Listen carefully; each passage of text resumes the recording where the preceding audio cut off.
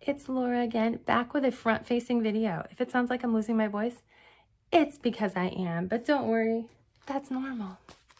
Today we're going to talk about ways to streamline your life and make you more productive. If I was really good at this, I would take the background out behind me and have a list running along the side. Right there. That's where I would put my list. If I can do that, I will pop my list up here. If I cannot do that, you will not be seeing a list here. That's what happens when you teach yourself how to edit video. You learn things, you don't learn other things. Pause for Wendy's Lemonade. Wendy's Lemonade. Not sponsored, but they should sponsor me.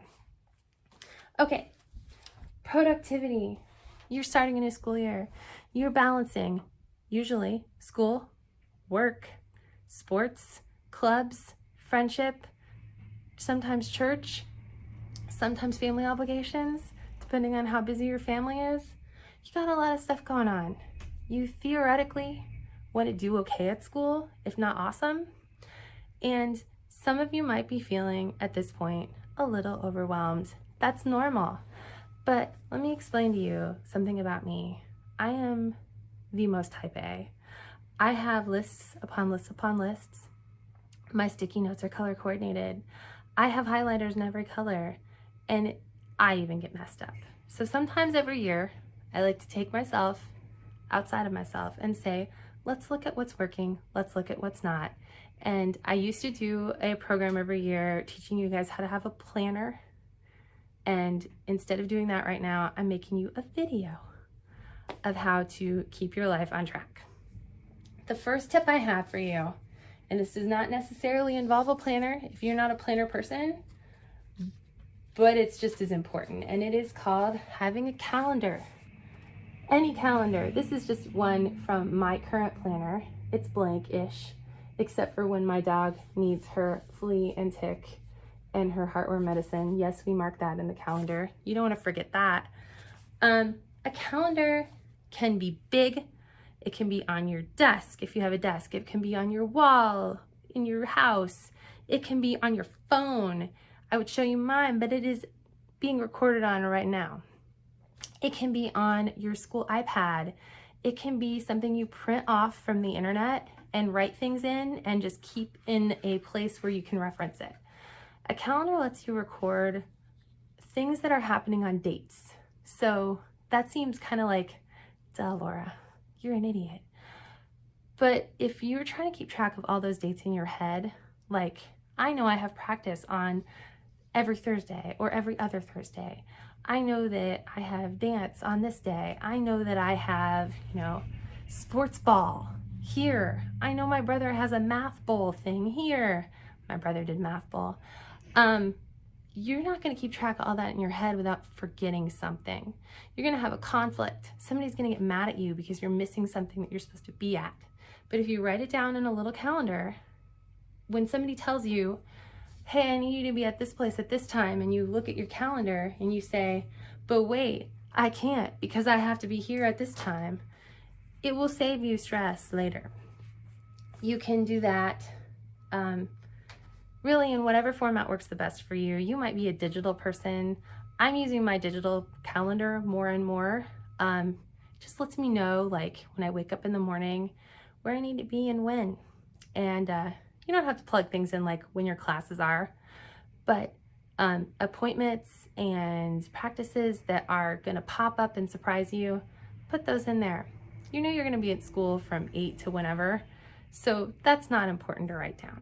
Now, when you've got things coming up in your schedule, like you've been given syllabuses, it's syllabi, but I'm a nerd. If you've been given those by your teachers and you have a paper due like at the end of the month, it's a good idea to write on your calendar what things you intend to get done each week leading up to that. So the same is true if you are studying for a test and your test is at the end of the month. Write study chapters 1 through 3 here. Study chapters 4 through 8 here. Just record that so that you can get that studying in correctly. So you can use a calendar sheet like a planner that way. Unless you want to get into a deep dive with how to use planners effectively, which I'm going to do that for you. So use your calendar. That's the bare minimum for planning. And if you are an adult and don't have one, I would like to know your secret. So my next tip for you, which let's hope it pops up right here, is to be smart with your time. Now, let's say you're gonna study. You sit down, like I used to always study in my bedroom.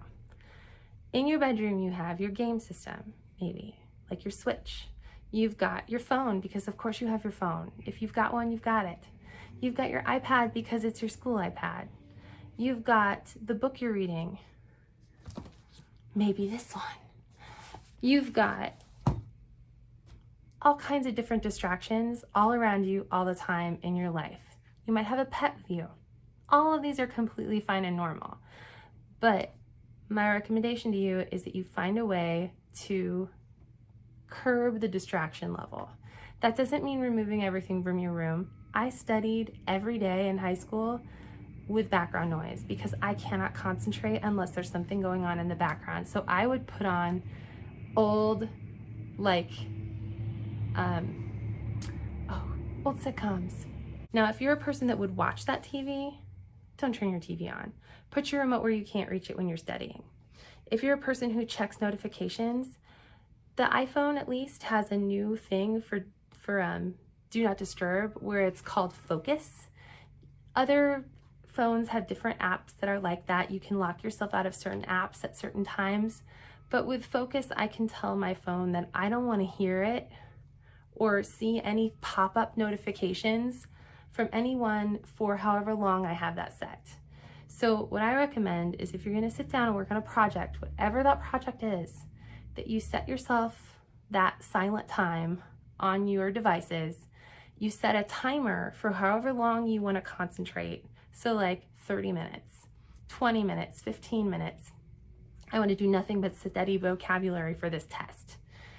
You study in your 15 minutes, the buzzer goes off, you do a thing, whatever that thing is. Maybe you get up and walk around, maybe you eat yourself a nice peanut butter M&M, because we all need our emotional support candy of choice. Whatever you happen to do then, helpful, useful, and it lets you reset and then be able to come back and concentrate again. So use your time smart. Tip 3. Dun, dun, dun, dun.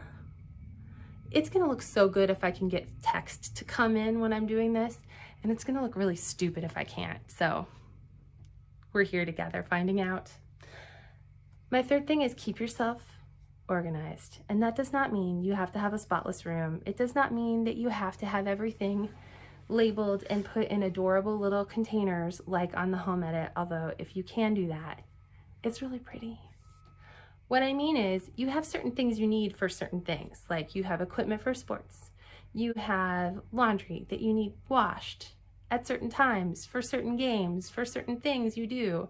You have supplies you need for school, like paper, pencil, iPad charger, all these things. They need to have a place to live, and that place should always be the same place. You can train yourself. I am a person who makes piles. I put things down when I walk into a room, and that is where they live until I get fed up with myself and sort them all into their various places. But if I have certain things, if they live in certain places, then I can find them again and I can not stress out. So for me, that translates to I have a pen case. If I use a pen that's in my purse, it goes back in the case and goes back in the bag so that I can find it again when I need it another time. That same thing goes for a phone charger. I have that same zip-up case of essentials has a phone charger in it. When I've charged my phone, I wrap it up, put it back in the zip-up thing, and then if I happen to be like here at work and I say, my phone is dying, I know exactly where my charger is and I know I have it with me. So if you are charging your iPad and you know you need to charge it every day to its full extent, make sure you have a little space on your dresser where your iPad charges. And then when you're done with that, make sure your habit when your alarm goes off in the morning is to get your iPad and put it in the bag. And that keeps you from losing everything you own. It keeps you from calling people to say, please drop this off to me, I have left it. And it makes people like you more because you're prepared. It's true. They do. Okay, tip number 4, a running to-do list. Now, I've mentioned planners. You don't have to do that. But what you do need is a little list and number 1, 2, 3. Much like I did for this video, that has what you have to get done when you have to get it done. So let's say you've been given an assignment. Write it down. Write it down on your to-do list. Go down through the day and write things on your to-do list. It can be get coffee. It can be eat dinner. It can be walk dog. It can be empty cat litter. Whatever it is that you have that is going on, put it on the to-do list and get that beautiful dopamine burst that comes from crossing things out on it. To-do lists will help you not forget what you're supposed to be doing. Even if there's no time-sensitive stuff on the list, you will not forget it because it will be on the list. And my last thing is another way to trick your brain into thinking that you're amazing, and it is practice setting goals. Yes, people will tell you, set goals. Know what you're going to do in 5 years. No. We, with what I assume is ADHD, cannot do that. That is okay. What we can do is say, we want to do a thing. I want to write a paper. So I will list all the steps on my to-do list of writing my paper, and I will check those things off as I go. And then as I do that, I will get success and it will make me happy. And I can do the same thing for like planning for college, job hunting, after high school, learning to mountain climb, teaching myself how to do the splits like Taylor Swift did that one time.